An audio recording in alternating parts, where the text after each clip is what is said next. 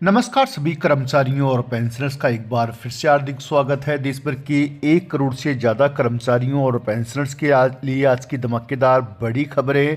कर्मचारियों और पेंशनर्स के लिए गुड न्यूज़, फिर बढ़ेगा महंगाई भत्ता, एरियर का भी मिलेगा लाभ। जाने कितनी बढ़ेगी सैलरी और पेंशन। साथ ही बात करेंगे जनवरी 2026 से नहीं लागू होगा 8वां वेतन आयोग, यहाँ फंस गया पेश। जानिए कब तक होगी देरी। साथ ही बात करेंगे न्यूनतम वेतन और फिटमेंट फैक्टर को लेकर आई बड़ी खबर है। केंद्रीय कर्मचारी संगठन ने सरकार को सौंपा न्यूनतम वेतन और फिटमेंट फैक्टर का प्रपोजल। साथ ही देश भर के 78 लाख से अधिक पेंशनर्स के लिए आई गुड न्यूज, जल्द मिलेगी बढ़ी हुई पेंशन। पेंशन में होगी जबरदस्त बढ़ोतरी। साथ ही देंगे पीएफ ग्रेजुएटी और टीए और एचआरए पर आई गुड न्यूज। जानकारी पसंद आई तो वीडियो को लाइक कीजिएगा। चैनल पे पहली बार आए हैं तो प्लीज चैनल को सब्सक्राइब कीजिएगा, क्योंकि आपसे जुड़े तमाम तरह के महत्वपूर्ण आदेश, वीडियो और इन्फॉर्मेशन हम यहाँ पर लाते रहते हैं। दोस्तों, वीडियो को लाइक करना बिल्कुल ना भूलें। आपका एक लाइक हमें मोटिवेट करता है आपके लिए महत्वपूर्ण इन्फॉर्मेशन खोज लाने के लिए। तो अभी से अपनी तरफ से प्यार भरा लाइक कर दें।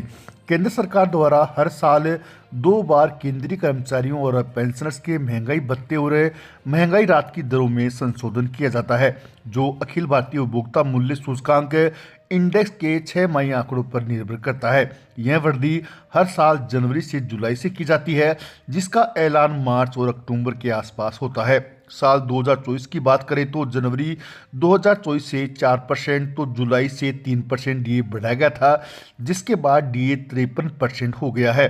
अब अगली वृद्धि जनवरी 2025 से होनी है।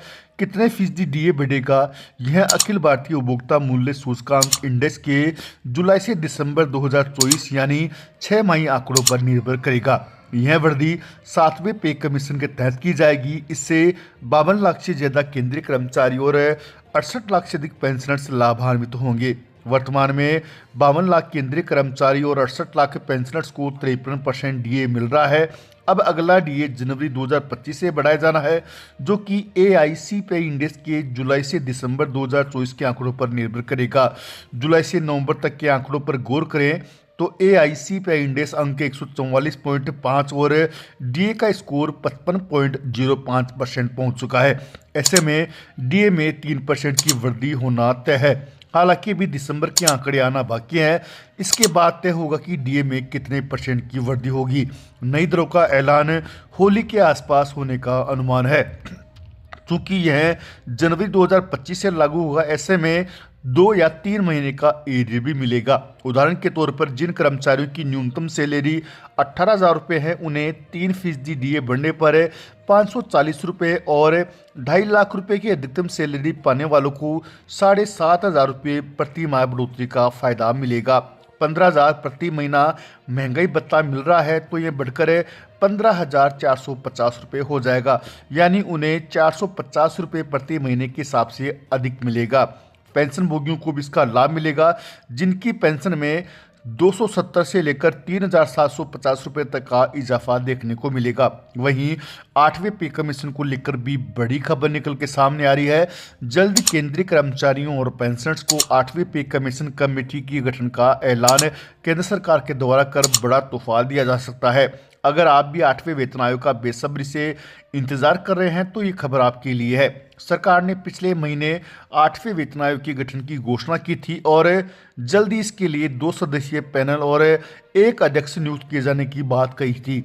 लेकिन शनिवार को पेश केंद्रीय बजट से साफ हो गया कि 1 जनवरी 2026 से 8वां वेतन आयोग लागू नहीं होगा। दरअसल केंद्र सरकार के कर्मचारियों और पेंशन भोगियों को 8वें वेतन आयोग को लेकर बड़ी उम्मीद थी। वे उम्मीद कर रहे थे कि वित्त मंत्री निर्मला सीतारमण अपने केंद्रीय बजट 2025 में वेतन और पेंशन संशोधन के लिए एक रोड मैप और बजटीय आवंटन की घोषणा करेगी, लेकिन ऐसा नहीं हुआ है।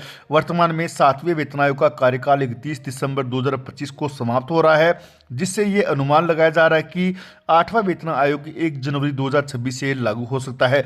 लेकिन सरकार ने इस बजट में इसके लिए कोई आवंटन नहीं किया है, जिससे संकेत मिल रहा है कि 2026-27 के बजट में ही इसके लिए प्रावधान किया जाएगा। मीडिया रिपोर्ट के मुताबिक 8वें वेतन आयोग की सिफारिशें तैयार करने और उन्हें अंतिम रूप देने में कम से कम 1 साल का समय लग सकता है।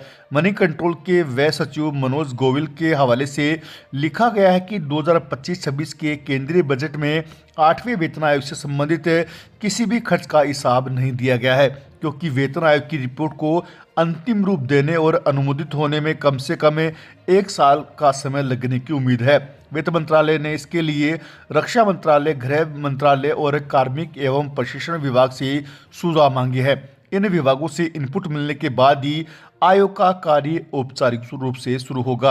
अगर पिछले वेतन आयोग को देखा जाए तो उन्हें सिफारिशें देने में 1 वर्ष से अधिक का समय लगा है। उदाहरण के लिए 7वें वेतन आयोग को अपनी रिपोर्ट तैयार करने में 18 महीनों से अधिक का समय लगा था। ऐसे में ये माना जा रहा है कि 2025-26 के वित्तीय वर्ष में 8वें वेतन आयोग की सिफारिशें की संभावना नहीं है। सरकारी कर्मचारियों की बेसिक सैलरी तय करने में फिटमेंट फैक्टर सबसे अहम भूमिका निभाता है। 7वें वेतन आयोग में यह 2.57 था, जिसे न्यूनतम सैलरी 7,000 रुपये से बढ़कर 18,000 रुपये हो गई थी। अब 8वें वेतन आयोग में फिटमेंट फैक्टर को लेकर 3 अलग अलग अनुमानों की चर्चा है, 1.90 या 1.92 और 2.08 और 2.86 से। यह तय करेगा कि सरकारी कर्मचारियों की नई सैलरी कितनी होगी। अगर फिटमेंट फैक्टर को 2.86 से रखा जाता है तो न्यूनतम वेतन 18,000 रुपये से बढ़कर 51,480 रुपये तक जा सकता है। वहीं अगर फिटमेंट फैक्टर को 1.92 रखा जाता है तो ऐसे में कर्मचारियों का न्यूनतम वेतन 18,000 रुपये से बढ़कर 34,560 होने की उम्मीद है। अब ऐसे में केंद्रीय कर्मचारी और पेंशनर से लंबे समय से इंतजार कर रहे हैं, उनका इंतजार होली से पहले पूरा हो सकता है। वहीं पेंशनर्स के लिए भी जल्द बड़ी खुशखबरी मिलने की संभावना बताई जा रही है। बताया जा रहा है कि 5 साल में 5% पेंशन बढ़ोतरी को लेकर केंद्र सरकार के द्वारा बड़ा ऐलान किया जा सकता है। हालांकि संसदीय स्थायी समिति ने पहले ही 5 साल में 5% पेंशन बढ़ोतरी की सिफारिश कर चुकी है, लेकिन अभी कैबिनेट के द्वारा इसे अप्रूवल नहीं मिला है। संभावना जताई जा रही है कि केंद्रीय पेंशन भोगियों के लिए हर 5 साल में 5% पेंशन बढ़ोतरी को लेकर केंद्र सरकार के द्वारा मुहर लगाई जा सकती है। यदि ऐसा होता है तो देश भर के 68 लाख से अधिक पेंशनर्स की पेंशन बढ़ोतरी का रास्ता साफ हो जाएगा। उन्हें हर 5 साल में 5% पेंशन बढ़ोतरी का फायदा मिलेगा। 65 साल की उम्र में 5%, 70 साल की उम्र में 10%, 75 साल की उम्र में 15% और 80 साल की उम्र में 20% पेंशन बढ़ोतरी का फायदा मिलेगा। वहीं जिन पेंशनर्स की आयु 100 वर्ष हो जाएगी उन्हें डबल पेंशन का फायदा मिलेगा। अब ऐसे में देश भर के लाखों पेंशनर्स ये उम्मीद लगाए बैठे हैं कि केंद्र सरकार के द्वारा हर 5 साल में 5% पेंशन बढ़ोतरी की सिफारिश जो कि संसदीय स्थायी समिति ने की है उस पर मोहर लगाई जा सकती है। मिलते हैं नेक्स्ट वीडियो में, तब तक जय